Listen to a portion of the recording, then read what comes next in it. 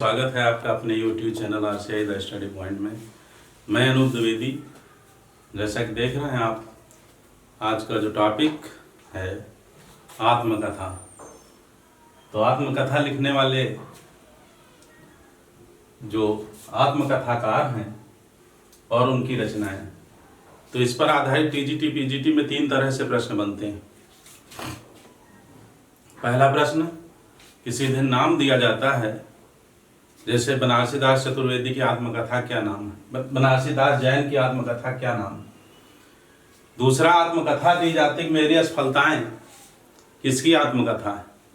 और तीसरा, इस तरह से पूछा जाता है कि जैसे चतुर्सेन शास्त्री ने अपनी आत्मकथा कितने भागों में लिखी, या यशपाल ने अपनी आत्मकथा कितने भागों में लिखी, या हरिवंश राय बच्चन ने अपनी आत्मकथा कितने भागों में लिखी। तो विभिन्न इन 3-4 तरह से जो है प्रश्न बनते हैं। तो आइए देखते हैं प्रमुख आत्मकथाकार, चाहे वो दलित आत्मकथाकार हो या महिला आत्मकथाकार, जो मुख्य हैं, जो आपकी परीक्षा की दृष्टिकोण से महत्वपूर्ण हैं, उन सब का अध्ययन करते हैं। तो पहला नाम है बनारसी दास जैन, जिनकी आत्मकथा अर्धकथानक या अर्धकथा दोनों नाम से जानी जाती है, जो सन 1641 ईस्वी में लिखी गई थी। तो इनकी आत्मकथा में आत्मचरित्र लिखने की जो निरपेक्ष और तटस्थ दृष्टि होती है वह मिलती है, और यह पद्य भाषा में इन्होंने लिखी थी। इसके फिर ठीक बाद रीतिकाल की जो है, रीतिकाल में आत्मकथा लेखकों का परिचय नहीं मिलता है। और ठीक 300 साल बाद यानी 1941 में डॉक्टर श्याम सुंदर दास की आत्मकथा मेरी आत्मकहानी, जिसे सर्वाधिक प्रसिद्ध मिली है, जो गद्य में लिखी गई है और सर्वाधिक प्रसिद्ध ही से मिली है। बीच में और महापुरुषों ने अपनी आत्मकथाएं लिखी हैं, जैसे सत्यानंद अग्निहोत्री ने 1910 में मुझमें देव जीवन का विकास, पूछा जा सकता है, आप देख सकते हैं इसमें। स्वामी दयानंद सरस्वती 1917 में जीवन चरित्र। आत्मकथा और जीवनी में यही अंतर है कि आत्मकथा व्यक्ति स्वयं लिखता है और जीवनी किसी अन्य के द्वारा लिखी जाती है, और अपने जीवन की जो अच्छाई बुराई है वो निरपेक्ष और तटस्थ भाव से उल्लेख किया जाना चाहिए। वो आत्मकथा श्रेष्ठ मानी जाती है। स्वामी दयानंद ने 1917 में जीवन चरित्र, भाई परमानंद ने 1921 ईस्वी में आप बीती, और रामविलास शुक्ल ने 1933 में मैं क्रांतिकारी कैसे बना। फिर उसके बाद भवानी दयाल सन्यासी ने 1939 में प्रवासी की कहानी, और डॉक्टर श्याम सुंदर दास ने 1941 में मेरी आत्मकहानी।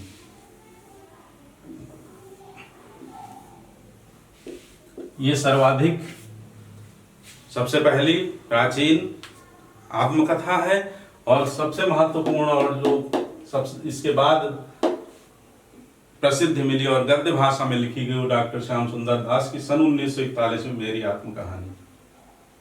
इसके बाद तो अनेक आत्मकथाएं हैं जो श्रेष्ठ हैं। राहुल सांकृत्यायन 1946 में मेरी जीवन यात्रा। राहुल सांकृत्यायन, याद रखिए, राहुल सांकृत्यायन घुमक्कड़ शास्त्र इन्होंने लिखा है। तो उनके घुमक्कड़ी जीवन के आधार पर उनकी आत्मकथा का नाम भी क्या है, मेरी जीवन यात्रा। तो इसको आप जोड़ सकते हैं राहुल सांकृत्यायन की घुमक्कड़ी से, मेरी जीवन यात्रा, राहुल सांकृत्यायन, इस तरह से लंबे समय तक आपको याद रहेगा।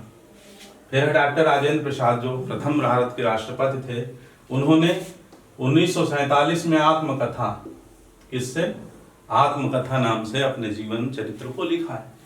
वियोगी हरि ने मेरा जीवन प्रवाह, ठीक है, वियोगी प्रवाह याद रखिए, वियोगी हरि सन 1948 में मेरा जीवन प्रवाह। फिर हर भाव उपाध्याय 1946 में साधना के पथ पर। उसके बाद गणेश प्रसाद वाणी ने 1949 में मेरी जीवन गाथा। मूलचंद्र अग्रवाल की 1944 में एक पत्रकार की आत्मकथा। अंबिका दत्त व्यास का निज वृतांत, अंबिका दत्त व्यास का। स्वामी श्रद्धानंद का कल्याण मार्ग का पथिक। और एक पॉइंट है यहाँ, हिंदी की प्रथम महिला आत्मकथा लेखिका जानकी देवी बजाज हैं, जिन्होंने सन 1956 में मेरी जीवन यात्रा, देख रहे हैं, मेरी जीवन यात्रा राहु सांकृत्यायन की भी है और मेरी जीवन यात्रा जानकी देवी बजाज की भी है, और ये पहली महिला आत्मकथाकार हैं। तो दिमाग में रखिए पॉइंट। आगे बढ़ते हैं। सन 1950 के बाद के प्रमुख आत्मकथाकार आपने यहाँ देखा 1944, 1949, 48, 47, 46 तक। अब सन 1950 के बाद का इधर उल्लेख है। अजित प्रसाद जैन, वर्ष 1951 में अज्ञात जीवन इनकी आत्मकथा का नाम है। फिर यशपाल ने अपनी आत्मकथा 3 भागों में लिखी, तो मैंने यहाँ उल्लेख कर दिया है। कभी कभी सीधे यही प्रश्न बनता है कि यशपाल की आत्मकथा कितने भागों में है, 2, 3, 4, 5 हो गया, इस तरह से प्रश्न भी बनता है। तो प्रथम जो है 1951 में सिंहावलोकन, तीनों भागों का नाम ही है सिंहावलोकन। द्वितीय भाग 1952, फिर 1955 में 3 भागों में यशपाल ने अपनी आत्मकथा लिखी है। याद रहेगा, याद कर लीजिए। जो इम्पॉर्टेंट है उसमें हमने अंडरलाइन कर दिया है, जो महत्वपूर्ण तथ्य है उस साथ में बताते चल रहे हैं, आप सीखते चलिए। सत्यदेव परिव्राजक, स्वतंत्रता की खोज पूछा जाता है, स्वतंत्रता की खोज, सत्यदेव परिव्राजक। फिर शांतिप्रिय द्विवेदी की है 1952 में, परिव्राजक की प्रजा, परिव्राजक की प्रजा, शांतिप्रिय द्विवेदी। देवेंद्र सत्यार्थी की 2 भागों में आत्मकथा है। देवेंद्र सत्यार्थी की 2 भागों में, पहला भाग फर्स्ट एंड सेकेंड। तो पहला भाग सन 1952 में इन्होंने लिखा चांद सूरज के वीरन, चांद सूरज के वीरन, याद रखिए। और दूसरा है नील यक्षिणी। फिर गंगा प्रसाद उपाध्याय 1954 में जीवन चक्र। फिर है चतुर्सेन शास्त्री का 2 भागों में आत्मचरित्र है, यानी आत्मकथा है।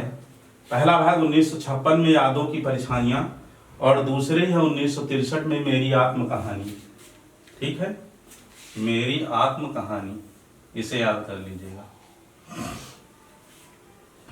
मेरी आत्मकहानी डॉक्टर श्याम सुंदर दास की भी है, और मेरी आत्मकहानी चतुर्सेन शास्त्री की भी है। यादों की परछाइयां 2 भागों में लिखी है चतुर्सेन शास्त्री ने। फिर सेठ गोविंद दास की है आत्मनिरीक्षण। सेठ गोविंद दास का है आत्मनिरीक्षण, पूछा जाता है, ये भी इंपॉर्टेंट। फिर है पद्मलाल कुंडालाल बख्शी की 1958 में मेरी अपनी कथा, और देवराज उपाध्याय की 2 भागों में है बचपन के 2 दिन, यौवन के द्वार पर, 2 भागों में। पांडे बेचन शर्मा उग्र की है अपनी खबर, इंपॉर्टेंट है। पांडे बेचन शर्मा उग्र, अपनी खबर, सन 1960 में लिखी। और संतराम जो बीए साथ में अपनी डिग्री लगाते थे, 1963 में मेरे जीवन के अनुभव। और देखते हैं कुछ, देखिए भुवनेश्वर प्रसाद मिश्र ने 1966 ईस्वी में जीवन के 4 अध्याय, ये उनकी आत्मकथा है, जीवन के 4 अध्याय, इंपॉर्टेंट है। फिर हरिवंश राय बच्चन। अब हरिवंश राय बच्चन जी ने अपने जीवन चरित्र को 5 भागों में लिखा है, 4 भागों में। कौन कौन से? पहला है 1969 क्या भूलूं क्या याद करूं, 1969 में क्या भूलूं क्या याद करूं। अब देखिए 3 तरह से प्रश्न बताया था, चौथा इस तरह से भी बनता है कि क्या भूलूं क्या याद करूं रचना की विधा है, तो इस तरह से भी चौथा टाइप है ये प्रश्न का, ये विधा पूछ ली जाती है। या नीड़ का निर्माण फिर कई जगह मिलता है, फिर नीड़ का निर्माण फिर कई जगह मिलता है, कई जगह नीड़ का निर्माण फिर। तो समझ लीजिए 1970 में लिखा है हरिवंश राय बच्चन जी ने। फिर बसेरे से दूर लंदन में इन्होंने लिखी है अपनी आत्मकथा 1978 में। फिर 10 द्वार से सोपान तक, ये चारों महत्वपूर्ण है, याद रखिए नाम इनके। 10 द्वार से सोपान तक हरिवंश राय बच्चन। अपनी कहानी वृंदावन लाल वर्मा की है, अपनी कहानी 1970 में। रामविलास शर्मा ने घर की बात लिखी। शिवपूजन सहाय का मेरा जीवन 1985 में। हंसराज रहबर 3 खंडों में लिखा है मेरे 7 जन्म। मेरे 7 जन्म, कभी कभी इस तरह से प्रश्न पूछा गया है कि मेरे 7 जन्म कितने खंडों में लिखा गया है, तो 3 खंडों में 1986 में।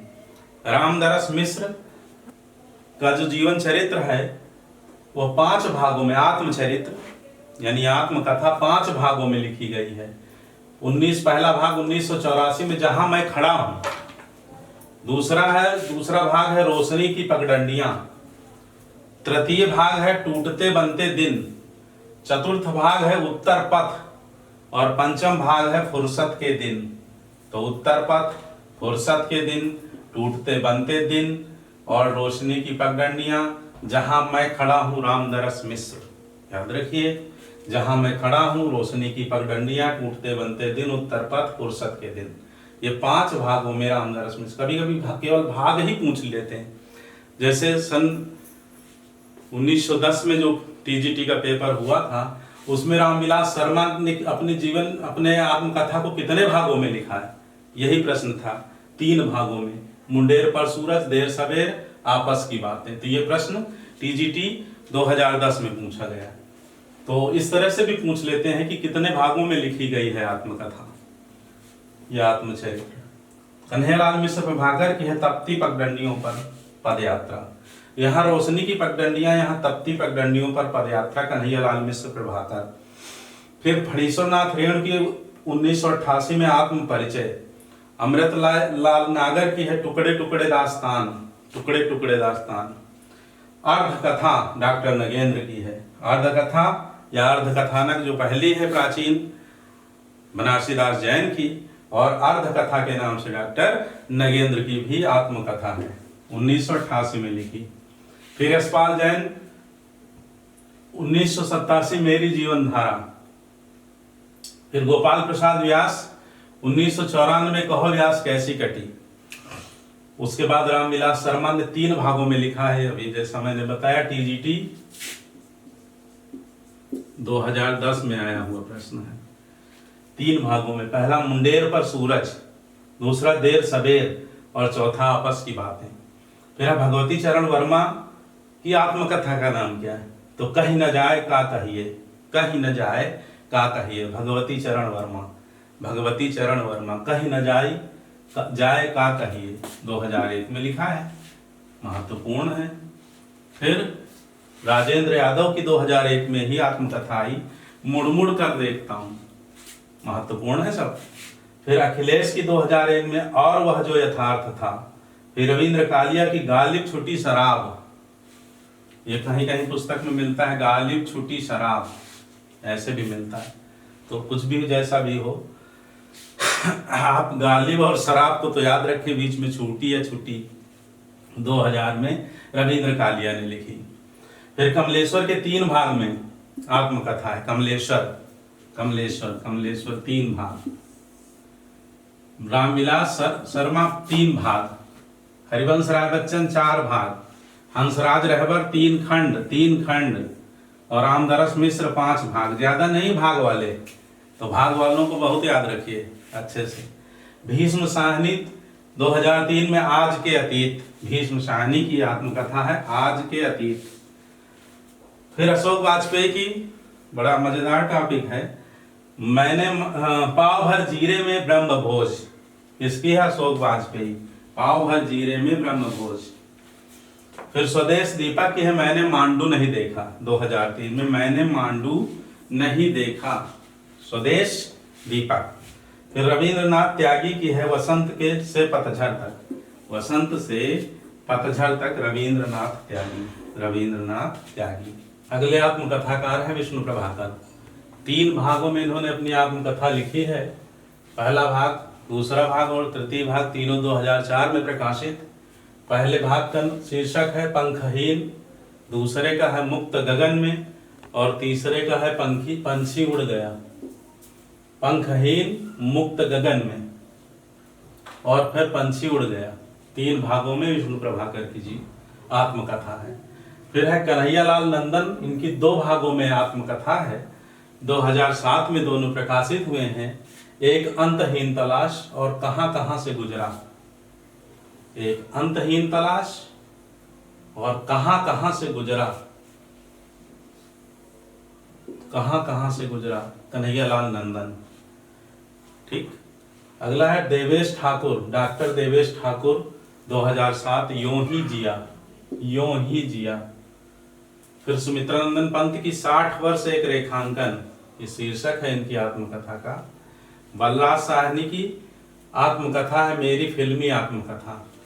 और मिथिलेश्वर की 2011 में प्रकाशित आत्मकथा है कहाँ तक कहें युगों की बात, कहाँ तक कहें युगों की बात।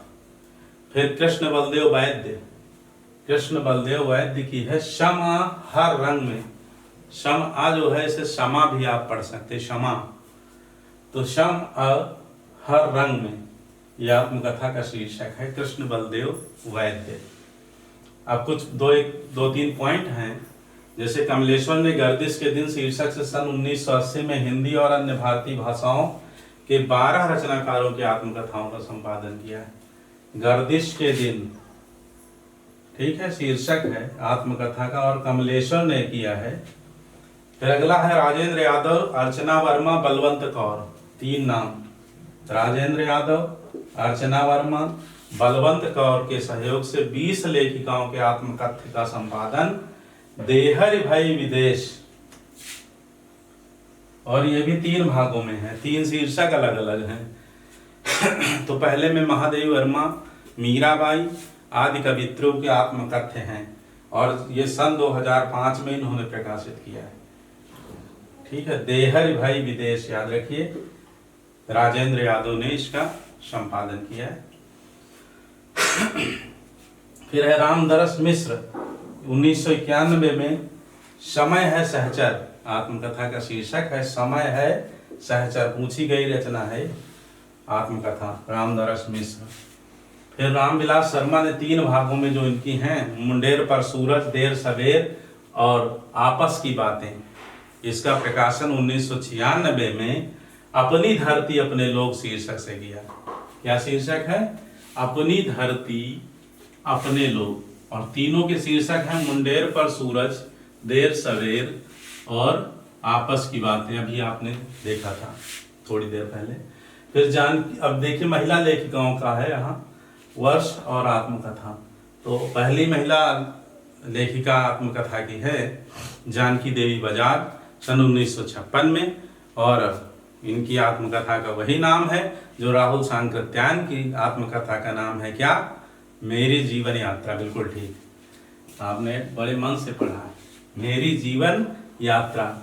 फिर प्रतिभा अग्रवाल की 2 भागों में है, दस्तक जिंदगी की और मोड़ जिंदगी का।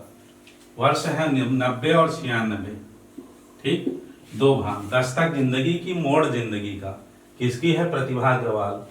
कुसुम अंसल की है जो कहा नहीं गया, 96 में। फिर कृष्णा अग्निहोत्री की है लगता नहीं है दिल मेरा, कृष्णा अग्निहोत्री 1997 में। पद्मा सचदेव की है बूंद बावड़ी 1999। शीला झुंझुनवाला की है कुछ कही कुछ अनकही 2000 में, कुछ कही कुछ अनकही। और ये पूछी गई रचना है कस्तूरी कुंडल बसैं, और दूसरी है गुड़िया भीतर गुड़िया, मैत्रेयी पुष्पा, कस्तूरी कुंडल बसै मृग ढूंढे बनमाही, पूरा जो है वहां से लिया गया, कस्तूरी कुंडल बसै और गुड़िया भीतर गुड़िया, मैत्रेयी पुष्पा, इंपॉर्टेंट। 2002-2008 में क्रमशः संपादित। रमणिका ठाकुर गुप्ता की हादसे 2005 में, हादसे। मन्नू भंडारी की है कली यह भी, और प्रभा खेतान की भी बहुत महत्वपूर्ण है, अन्या से अनन्या। प्रभा खेतान, अन्या से अनन्या। चंद्रकिरण सोनरेक्षा की 2008 में है पिंजरे की मैना, पिंजरे की मैना, इंपॉर्टेंट है। और देखिए महिला लेखिका अनीता राकेश की सतरें और सतरें, यह आत्मकथा है। सतरें, संतरे मत पढ़ना, सतरें और सतरें। फिर ममता कालिया की 2011 में प्रकाशित कितने शहरों में कितनी बार, कितने नावों में कितनी बार नहीं, आगे का है वो उपन्यास, कितने शहरों में कितनी बार, ममता कालिया, याद रहेगा। चंद्रकांता 2012 में हाशिए की इबारतें, और मन्नू भंडारी की एक कहानी यह भी, एक कली यह भी अब ये दूसरी है, एक कहानी यह भी। फिर दलित आत्मकथा लेखक, ये कुछ हैं जिनकी बहुत महत्वपूर्ण रचनाएं हैं, पूछी जाती हैं बीच बीच में, टीजीटी, पीजीटी, नेट और असिस्टेंट प्रोफेसर भर्ती परीक्षा में। मोहनदास नैमिष-राय की आत्मकथा 2 भागों में है। 1995 में दोनों भाग प्रकाशित हुए, अपने अपने पिंजरे, और यह पहली दलित आत्मकथा मानी जाती है। पहली दलित आत्मकथा, अपने अपने पिंजरे। फिर देखिए, मोहनदास नैमिष-राय, याद रखिए नाम पहले, मोहनदास नैमिष-राय 2 भागों में, अपने अपने पिंजरे। फिर है ओम प्रकाश वाल्मीकि, 1997 में, जूठन, ये दूसरा है, ओम प्रकाश वाल्मीकि, कंफ्यूज मत होना। मोहनदास नैमिष-राय पहले, मोहन, ओम बाद में, मोहन 95, अपने अपने पिंजरे, ठीक है। ओम प्रकाश वाल्मीकि, जूठन, 1997। फिर कौशल्या वैशंती की है 1999 में, दोहरा अभिशाप। फिर माता प्रसाद, आप जानते होंगे, नहीं जानते हैं तो उत्तर प्रदेश के पूर्व राज्यपाल रह चुके हैं, बहुत विद्वान आदमी थे। 2002 में झोपड़ी से राजभवन, झोपड़ी से राजभवन, तो यह इनकी आत्मकथा है। राजभवन इसलिए आया है क्योंकि राजभवन में रहते थे, राज्यपाल थे। फिर सूरजपाल सिंह चौहान, इन्होंने 2 भागों में अपनी आत्मकथा लिखी है, 2002 में दोनों प्रकाशित, तिरस्कृत, संतप्त, तिरस्कृत और संतप्त। फिर शिवराज सिंह बेचैन की 2006 में, बेवक्त गुजर गया माली, तिरस्कृत याद रखिए, झोपड़ी से राजभवन। शिवराज सिंह बेचैन की है 2006 और 2009 में 2 भागों में प्रकाशित है। सूरजपाल सिंह चौहान की भी 2 भागों में है और शिवराज सिंह बेचैन की भी 2 भागों में है। तो पहला है 2006 में, बेवक्त गुजर गया माली, बेवक्त गुजर गया माली। और दूसरा है मेरा बचपन मेरे कंधे पर, मेरा बचपन यानी जिम्मेदारियों का बोझ, और वो भी दलित के ऊपर और ज्यादा होता है। रमाशंकर आर्य 2005, घुटन 2005। और तुलसीराम का बहुत महत्वपूर्ण पूछा जाता है, कई बार पूछा गया, 2010 और 13 में, मुर्दहिया और मणिकर्णिका 2013 में। यह भी 2 भागों में है, तुलसीराम 2 भागों में, 2010 में मुर्दहिया और 2013 में मणिकर्णिका। आगे देखते हैं, D.R. जाटो का है मेरा सफर मेरी मंजिल, 2000 में प्रकाशित, मेरा सफर मेरी मंजिल। फिर किशोर शांताबाई काले 1997 में, छोरा कोल्हाटी। और रूप नारायण सोनकर का है 2 भागों में, 2 भाग, पहला नागफनी और दूसरा मेरे जीवन की बाइबिल, 2007 में दोनों भाग प्रकाशित। फिर है धर्मवीर, ये धर्मवीर भारती नहीं है, धर्मवीर 2009, मेरी पत्नी और भेड़िया। फिर सुशीला टकभोरे 2011, शिकंजे का दर्द, याद रखिए, सुशीला टकभोरे, शिकंजे का दर्द, 2011। अब देखिए कुछ आत्मकथाएं जो अनुदित हैं और प्रसिद्ध हैं, उनके लेखक जिन्होंने अनुवाद किया है, आत्मकथा का नाम, उसकी भाषा, और उसके बाद अनुदित आत्मकथा का नाम जो दिया है इन लेखकों ने, जैसे दया पवार, बलूत मराठी भाषा में, और उसे हिंदी में लिखा है अछूत नाम से 1979 ईस्वी में। लक्ष्मण गायकवाड़ ने मराठी के उचक्का नाम से 1992 में इसका हिंदी अनुवाद किया। फिर प्रेम गोरखी पंजाबी भाषा में लिखी हुई आत्मकथा को हिंदी में अनुदित किया है, गैर हाजिर आदमी, 1994 में। फिर लक्ष्मण माने की है उपरा आत्मकथा, लक्ष्मण माने ने इसका अनुवाद किया है, मराठी भाषा में है ये, उपरा नाम से, और उसको पराया नाम दिया है। पर आया, यह शीर्षक। फिर बेबी कांबलेगा मराठी में जो है उसे हिंदी में लिखा है जीवन हमारा 1995।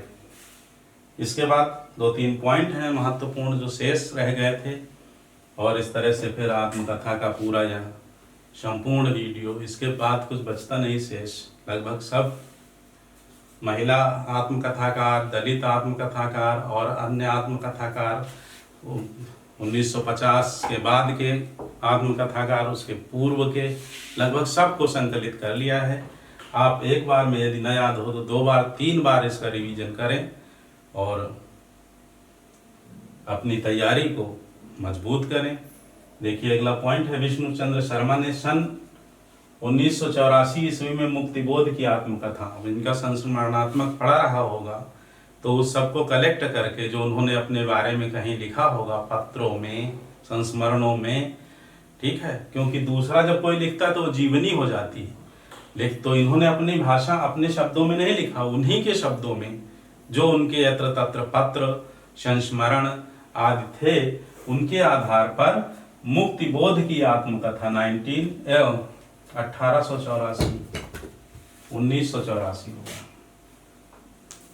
1984 ईस्वी में प्रकाशित कराया। फिर सूर्य प्रसाद दीक्षित ने 1970 में निराला की आत्मकथा लिखी। देखिए मुक्तिबोध की आत्मकथा खुद नहीं, निराला ने भी खुद नहीं लिखा, तो निराला की जो आत्मकथा है वह सूर्य प्रसाद दीक्षित ने लिखी है। आप फिर कहेंगे आप दूसरा लिखता है तो जीवनी होता है, लेकिन फिर हम यही कहेंगे कि निराला की अपनी जो उन्होंने सरोज स्मृति में कुछ लिखा अपने विषय में, या अन्य जो उनके संस्मरण पत्र आदि जो भेजते थे अपने सहयोगियों को, अपने मित्र कवियों को, कवित्रियों को, तो उनमें से लेकर के संकलित किया और इस तरह से निराला की आत्मकथा, निराला के विषय में उनकी अपने शब्दों में आत्मकथा लिखी। और राजकमल चौधरी नाम सुना होगा आपने, भैरवी तंत्र शीर्षक से अपनी आत्मकथा तो अपनी ही होती, तो राजकमल चौधरी ने भैरवी तंत्र शीर्षक से आत्मकथा लिखी। तो इस तरह से यह आत्मकथा का टॉपिक पूर्ण हुआ। आप इसे 2 बार 3 बार दोहरा सकते हैं, जब भूल जाएं तो एक बार रिपीट कर लें। मुश्किल से आधा घंटा 35 मिनट का है, रिवीजन आपका हो जाएगा। पढ़ते रहिए, व्यस्त रहिए, मस्त रहिए।